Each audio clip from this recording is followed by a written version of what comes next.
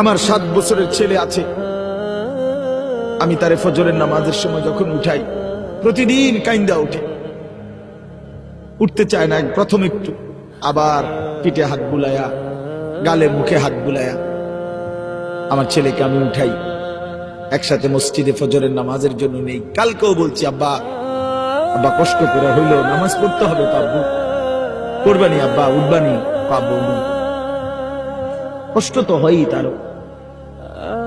তোমরা ছেলেরা বাপ 18 বছরের, 16 বছরের, 20 বছরের কেমনে নামাজ না পড়ে থাকো ভাইয়া?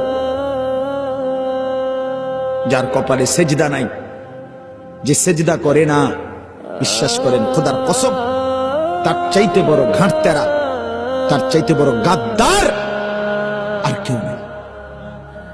তুই বড় ঘাটতেরা, মনে রাখিস, তোর ঘাড় বড় শক্ত।